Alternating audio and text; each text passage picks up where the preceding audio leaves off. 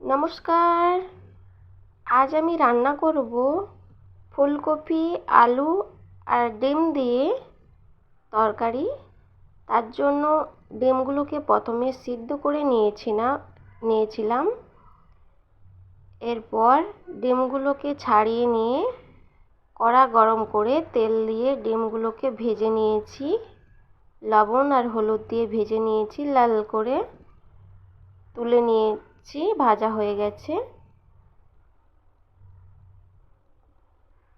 এরপর আমি আলু আর ফুলকপিগুলোকে একসঙ্গে ভেজে নেব।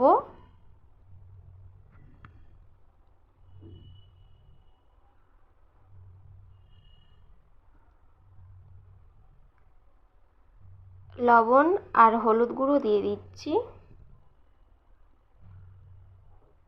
আলু ফুলকপিটা ভাজা হতে থাক, তার জন্য মশলা বানিয়ে নেব।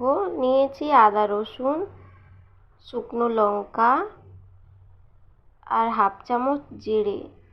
অল্প করে জল দিয়ে পেস্ট বানিয়ে নিয়েছি।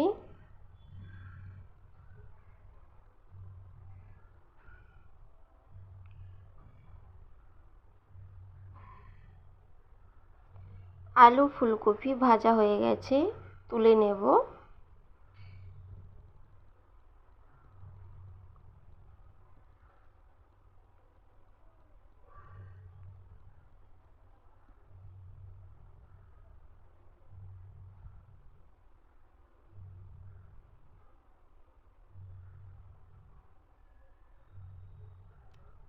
ওই একই তেলের মধ্যে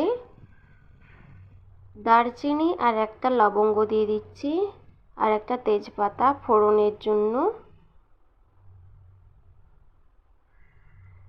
এবার দিয়ে দিচ্ছি পেঁয়াজ কুচি।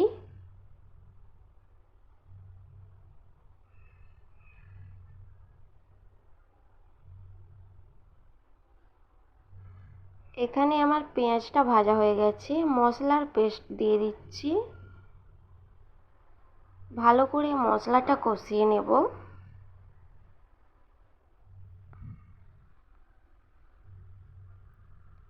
মশলাটা কষানো হয়ে গেছে, এরপর টমেটো কুচি দিয়ে দিচ্ছি।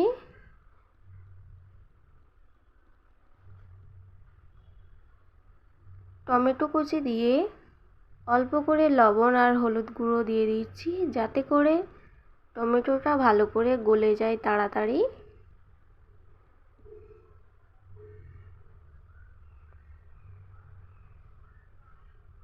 মশলাটা ভালো করে কষানো হয়ে গেছে।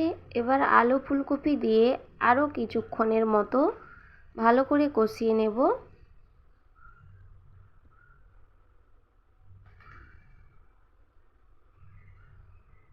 এরপর আমি পরিমাণ মতো জল দিয়ে দেব।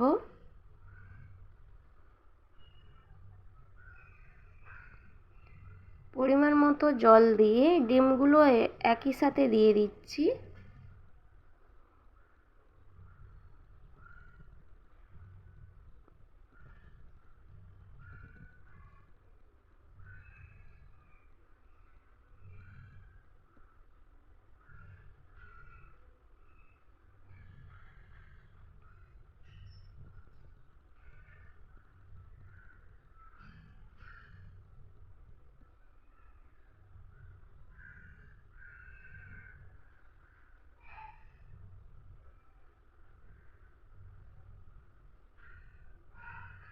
রান্নাটা হয়ে গেছে আমার, নামিয়ে নেব।